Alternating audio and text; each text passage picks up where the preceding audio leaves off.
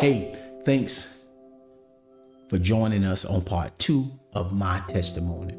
Hey, it's my testimony told through my eyes. Now, if you was telling your testimony, you might say it a little different. Hey, that's why God made us this way.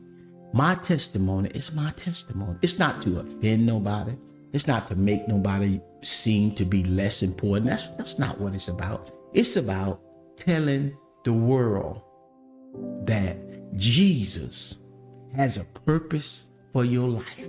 No matter how it starts, it's all about how it's going to finish. Now, the last part of part 1, you was introduced to Man. Now, Man is a nickname my family called me, and Arthur was my birth name. Now, that's who you was introduced in the first part. Now, I got to introduce you to AK. Now, AK is my initials to my name. So people started to call me AK. That put a lot more emphasis on me. Now, everywhere I go, it was AK this, AK that, and I got locked in on AK. Now, I had a car up in school. I just caught a fresh case. I just caught this fresh case, this robbery case. In the last part, you saw where I caught this robbery case. When I caught this robbery case, I robbed a guy at a bank teller. And when I robbed the guy, took his wallet, and he had credit cards and money. Of course, I took the money. And the brother who gave me the gun to use, I gave him the credit cards. Now, when I gave them the credit cards, they went out, and they was from Washington, D.C. And when they went out, they was trying to use the credit cards, and they got caught. Now, when they got caught, they told the police about me. That's how I got into the case. Now, nevertheless, I got this case. At this time, Dr. Bronson, the president of Bethune-Cookman College, we had a meeting, and they gave me probation. They allowed me to stay in school while the case goes through the court. Nevertheless, I was still doing the same thing. I started selling weed. I started to do the same thing. I didn't have money, and that's the way it went. Now it's time for me to go to court for the case. Now, when I went to court, the president, Dr. Bronson, he went to court with me, and there was some more dignitaries that was in that city. They went with me as well. Now, when they went to court with me, the judge they talked to the judge, and they was explaining to me I'm a young man, and you know the stuff that you say. They was saying that, and it was cool. But the judge, he decided to give me 2.5 years in prison. He gave me 2.5 years. Now, at that time, I was still in the dormitory. So my lawyer asked the judge, could I, go back and take all my things out of the dormitory, and he wouldn't allow it. He told me I had to just go into custody at this time, and I went into custody, and at this time, I go up to Florida State Prison. I go through reception center in Lake Butler, and they send me to a youthful offender camp. Now, a youthful offender camp is very wild. There's a lot of young, rambunctious, young people like myself, like I was. And when I got into the camp, I met one of my friends from Pompano. Now, in Pompano, we knew each other. And when I saw him on the compound, I went up to him and I was talking to him. And I'm gangster. I'm still got that gangster talk. And I'm like, I'm talking like, the way I am. And I, hey, man, what's up, man? All this and that and that. He was like, hey, man. He was just real calm. And when he spoke to me, he talked very, very, he was just different. He was different. When he was different. And when I noticed he was different. So I watched him, and I saw that he was going to church, and I saw that his life was changed. His life was changed, truly changed. He wore these little funny glasses, and in prison they give you these little cheap, funny looking glasses, look like a nerd. And when I saw him with those glasses on, I knew something was different about him. But he had given his life to the Lord, and in my mind, that stuck with me a long time. That vision of him being saved, it stuck with me a long time. Nevertheless, I went through, I did 10 months, and went through that transition of first time being incarcerated, and I did 10 months. The reason I did 10 months is because at that time they was giving game time because the prisons was overcrowded. So they was giving a game time to keep the crowded prisons at a certain level. So every month they would give you so many times. So I ended up doing 10 months. Now, after 10 months, I got back out. AK. This is AK. This is AK. AK is still running the system. And I get out and I got this mentality like I'm finna put down and I'm finna come back and I'm finna do this and I'm finna do that. And I jump back out there and I got right back in the game and I start building up and I start buying cocaine heavily, and I started to move and I started buying jewelry and I started buying gold, and I bought me a BMW and I'm driving around and I'm important. I am important. And maybe not to everyone else, but to me, I am important. And I'm rolling. I'm rolling now. You got to understand, a young man coming from nothing, when I start to get something that was very important to me, I go in the store, I'm buying new stuff. I ain't buying nothing used. I'm buying new, right out the showroom. So anyway, as I get in Daytona, I get into situations with guys in Daytona, and I'm fighting and I'm shooting and I'm doing things, all kind of things in Daytona. Nevertheless, I got hot. Hot means that the police started to watch me. So when they started to watch me, I got a situation where I had to go back to Pompano because it was just too, I was going to get locked up sooner or later because I was just too hot. But nevertheless, I went back to Pompano. Now, when I went back to Pompano, I jumped back into the game. I started hustling. I started to move. I started to buy this and buy that. And I'm buying jewelry and I'm looking like a movie star. And I'm looking like a star. And I'm hungry. I'm about them women. I'm about them ladies. And I got plenty of women, and they from city to city. And I'm moving, and things was seems to be going pretty good. I started to buy kilos of cocaine. I moved up to kilos. Now, kilos is big when you're in the cocaine game. Nevertheless, I'm cooking and I'm cutting. I'm doing all these things, right? I'm doing all these things. What happened is, one night, when I'm supposed to be working, cutting and cooking cocaine, getting it ready to put it on the street. I'm in a hotel. I rented a hotel, got microwaves, and I'm in there cooking and cutting. Buddy of mine called me. He said, "Hey, got two young ladies, man. Let's go hang out and have some fun." So I'm like, I'm about that life. You know what I'm saying? That's what I'm about. So I'm like, okay, cool. So I put the important things down and I went out. I didn't come back to the next day. And I came back at the wrong time. The maid had went in the room to clean the room. And when they went in the room, they found all this cocaine, these microwaves, and they called the police. When they called the police, the police came out, and I had a BMW. It was parked in the front. They ran the tag, and they saw that it was my car, and they towed the car. So that was the case that was put on me. They didn't catch me at that time. So I'm on the lane, I'm running. You know what I'm saying? So here I go, I'm running around trying to figure out which way I'm gonna go now. I just lost a lot of money. I just lost a lot of, lost a lot of stuff just in that hotel. Nevertheless, I ended up going to Gainesville.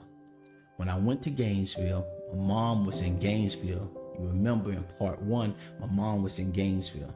Went to Gainesville, and I started to stay with my sister in Gainesville. And I started to put down, I found me a little cone, and I started to build up, and I started to hustle on the streets, and I'm fighting, and I'm taking territory. I'm turning into that gangster again up right there in Gainesville, and I'm doing my thug-ism. I'm putting down, doing my thing. And one day, not long after, a few months, I had a buddy up there with me, and he told me, he said, "Hey, listen, my mom is sick and I gotta go home." So I said, cool. Took him to the bus stop, not knowing that he had already hit my stash. He went into my money and he took a lot of my money. So now I'm just building back up. So when he did that, man, that put me in another. So now I gotta hustle back again, I gotta run up and down the streets heavily now because I gotta try to build up. So here I go. I'm down in Miami trying to pick up some cocaine. Now I'm driving one of my cars, which was a Cadillac at that time, and I'm driving my Cadillac, and the police stopped me.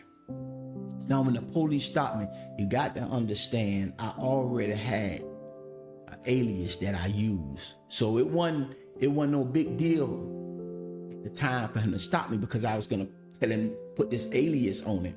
Now, when he stopped me, he came to the car and he asked me this question. He said, "What's your name?" And I said, before I can say something, it's like my mind went blank. I didn't remember the name. And he said, "Hey man, you don't know your name?" Now, I'm a gangster. I said, "Bro, look, don't play me like that, bro. What you mean I don't know my name? Don't play me like that, And then when he said, "Well, what's your name?" And I said, "Mike Wishawash." And I looked at, I was thinking, where did that come from? And then he said, "Man, you don't know your name?" I said, "Man, I know my name. My name Mike Wishawash." And man, I tell you, family, when God starts to work on a man, he does some amazing things. To take me back to the story of Paul on the road to Damascus. And Paul did not understand about Jesus. And that's where I was. I didn't understand the wonder working power of Jesus, and he closed my mouth. When he closed my mouth, that police said to me, "I'm going to take you in and fingerprint you and see who you are." And when he took me in, he realized that I had charges. I was wanted in 3 or 4 different counties. Man, there it go. Off again. Nevertheless, down in Miami, stayed down there a few months. Something happened. I started to read my Bible. And I didn't know much about Jesus. I didn't know about none of that. But I started to read my Bible. And I started to pray because, that's the first thing you do. Mom told me to pray and read this scripture and read that scripture. So I started to read. Nevertheless, I'm reading. And I'm understanding what I'm reading. And for the first time, I'm starting to learn something about Jesus. Nevertheless, they took me to Broward. I stayed at Broward and in Broward about 8 or 9 months. And when it was time to go to court, they gave me 18 years as a habitual offender. Now you got to understand, I've only been in trouble 1 time before that. So now I get 18 years as a habitual offender. I think that they wanted me to snitch on somebody of mine, so I think that was played into it, but I didn't. I just took the time and I went up. Now, when I went to prison this time, when you go to prison, they don't call you by your first name. They call you by your last name. And my last name is Forrest. So everywhere I went, it was Forrest. Now, this is the second time I went to prison. Now I'm in prison. And when I go through the reception center, they send you to a camp. After you go through the reception center, they process you and they send you to a camp. Now, when I went to the camp, I was working and doing stuff on the compound. And after a while, they put me in the kitchen. Now, when you go to these prisons, nobody want to work in the kitchen because it's a very, very tough job.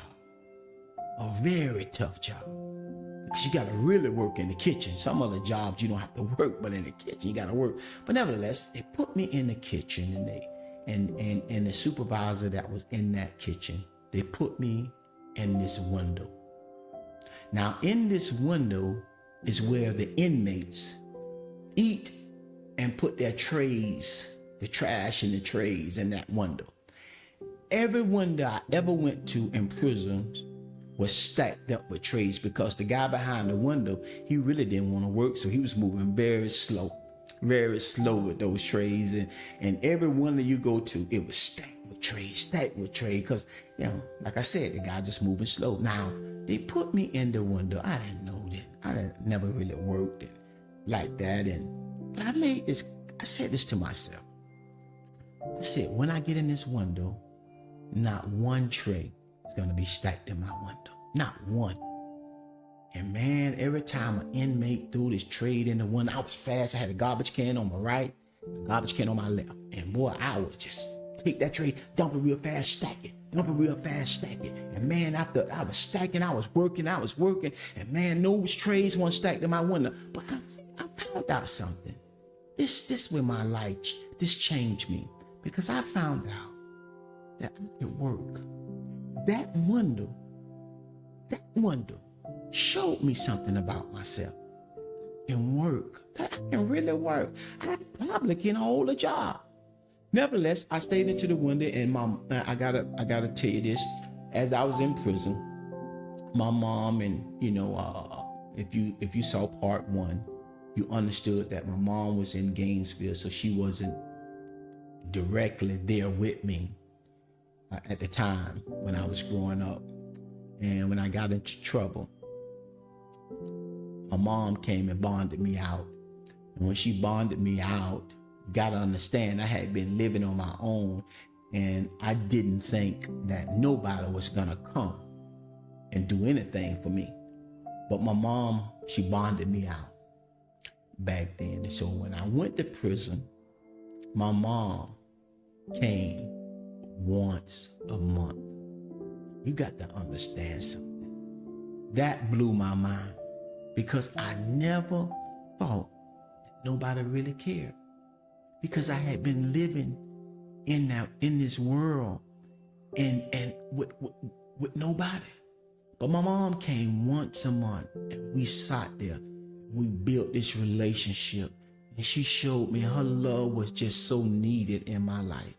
It was just so needed, and I thank God for her and what she did for those times for me. So as I'm going through life, I'm in prison, and I'm playing basketball, and I'm just living. I'm going to school. I'm learning different things, and my life just was going in the right direction. And every day, my name is Forrest. And I went through prison as Forrest. All of a sudden, after 7, I did about 6.5 years, almost 7, and the classification said, hey, you're going to be going home in a few weeks. And I'm like, what? I never thought I thought I was going to spend eternity. I gave up on going home. I just was going through the process, and I was praising God, and I was just trying to get through. All of a sudden, it was time for me to go home. It almost scared me. The reason it almost scared me is because I had saw so many brothers go out and come right back. They went out and they came right back. And I was thinking to myself, what they doing out there? Are they just locking people right back up? So I was afraid. I was like, man, I might just get out and do the same thing. But nevertheless, I got out. My mom was there, and man, I just hugged her, and we hold each other, and that was a very special moment for me. Hey, that is Forrest. I'm getting out of prison. AK, he's gone. Man, he's gone. Arthur is gone. There's a new sheriff in town, and his name was Forrest. Hey family, I tell you what, that on part 3, I'm gonna give you an idea of who Forrest is, but I want you to know something. This great God has a plan for your life. I know it seems tough now, but you hang in there and watch God move in your life. And one day, you're gonna be just as excited as I am to tell people that God is amazing. God bless. God bless. God bless. Peace, family.